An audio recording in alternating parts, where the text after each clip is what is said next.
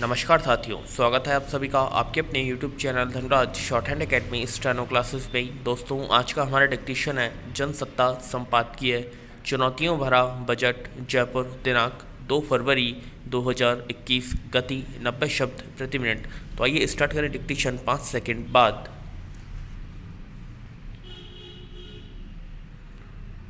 Start.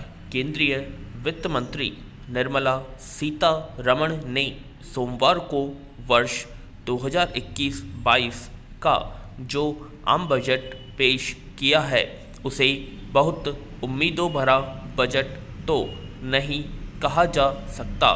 यह budget आम आदमी को कोई राहत देने वाला नहीं दिख रहा।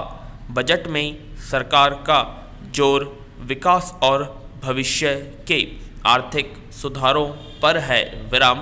इसमें कोई संदेह नहीं कि पिछले 10 महीनों में कोरोना महामारी से उत्पन्न हालात ने अर्थव्यवस्था को तबाह करके रख दिया और पहले से मंदी झेल रहा देश महामंदी की गिरफ्त में आ गया। ऐसे में लोग यह उम्मीद लगाए बैठे थे कि सरकार बजट में शायद कुछ ऐसे कदम उठाएगी जो आने वाले दिनों में थोड़ी राहत पहुंचाने वाले होंगे।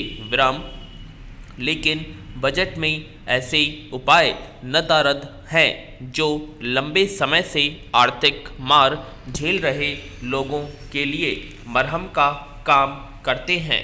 जबकि 4 राज्यों असम, पश्चिम बंगाल, केरल, तमिलनाडु और विधानसभा चुनावों के मद्देनज़र रेलवे नेटवर्क और राजमार्गों का जाल बिछाने के लिए बजट में मोटी रकम का प्रावधान है। प्रस्तावित बजट में आम लोगों को करों में भले कोई राहत नहीं दी गई हो, लेकिन 75 वर्ष से ऊपर के नागरिकों को अब आयकर रिटर्न दाखिल करने से मुक्त कर देना सराहनीय कदम है। संभवतः यह पहला ऐसा बजट है जो शून्य से नीचे चल रहे जीडीपी के दौर में पेश किया गया है। इसलिए सरकार का सारा जोर अर्थव्यवस्था को संकट से निकालने के उपायों पर ही केंद्रित है। मौजूदा वित्त वर्ष में समय समय पर विभिन्न क्षेत्रों के लिए 25 लाख करोड़ रुपए से ज़्यादा के जो पैकेज जारी किए गए, उन्हें लेकर प्रधानमंत्री ने पहले ही संकेत दे दिया था कि इन पैकेजों को छोटे बजट के रूप में देखा जाना चाहिए। हालांकि इन प्रोत्साहन पैकेजों के ठोस नतीजे अभी सामने आने शुरू नहीं हुए हैं। 2021-22 के प्रस्तावित बजट में सबसे ज़्यादा जोर पैसा जुटाने के उपायों पर है। इसके लिए सरकार ने भारतीय जीवन बीमा निगम और दूसरी सरकारी कंपनियों में अपनी हिस्सेदारी बेचकर 2.25 लाख करोड़ रुपए जुटाने का लक्ष्य रखा है।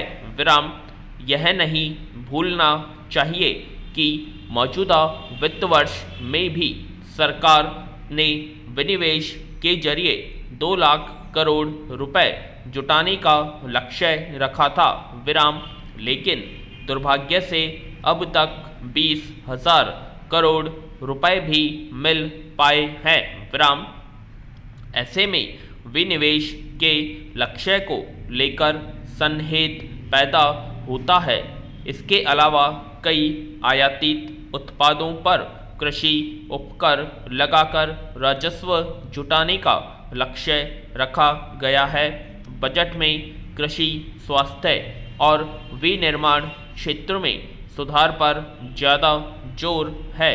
स्वास्थ्य क्षेत्र पर खर्च 137% बढ़ाकर 2.23 लाख करोड़ रुपए करने का प्रावधान है विराम। हालांकि देश की ज़रूरत के मुकाबले यह पर्याप्त तो अभी भी नहीं है। कोरोना काल में स्वास्थ्य क्षेत्र की जो हालत देखने को मिली उसे देखते हुए स्वास्थ्य क्षेत्र का बजट बढ़ना जरूरी था विराम। पैरा राजस्व जुटाने के लिए सरकार ने ज़्यादातर वस्तुओं पर उपकर लगाने का जो रास्ता अपनाया है वह आने वाले वक्त में महंगाई बढ़ाने वाला है विराम। सराफ, शराब, कोयला और सेब से लेकर दालों तक पर तत्काल प्रभाव से कृषि संरचना एवं विकास उपकर लगा दिया गया विराम। साथ ही पेट्रोल पर 2.5 रुपये प्रति लीटर और डीजल पर 4 रुपये प्रति लीटर का उपकर और लागू कर दिया गया है विराम। पिछले कुछ महीनों में देश में पेट्रोल और डीजल के तेजी से बढ़ते दामों ने महंगाई बढ़ाने में आग में घी का काम किया है विराम। पेट्रोल और डीजल महंगा होने का मतलब जीने की लागत बढ़ाना है। उपकारों के जरिए पैसा जुटाने की योजना लोगों को और गंभीर संकट में धकेलेगी विराम। देश की आबादी का बड़ा हिस्सा निम्न वर्ग और मध्य वर्ग का है विराम। नौकरी पेशा को छोड़ दें तो करोड़ों लोग रोजाना कमाकर खाने वाले हैं।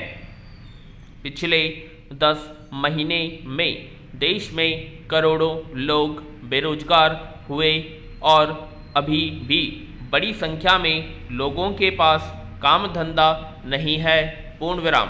तो दोस्तों ये थी हमारी आज की संपादकीय डिक्टेशन जो कि जनसत्ता न्यूज़पेपर से बोली गई थी। आशा करते हैं आप सभी को ये डिक्टेशन पसंद आई होगी, तो प्लीज़ कमेंट बॉक्स में कमेंट करें और अभी तक आपने हमारे चैनल को सब्सक्राइब नहीं किया सब्सक्राइब करें और वीडियो को ज़्यादा से ज़्यादा लाइक और शेयर करें। धन्यवाद।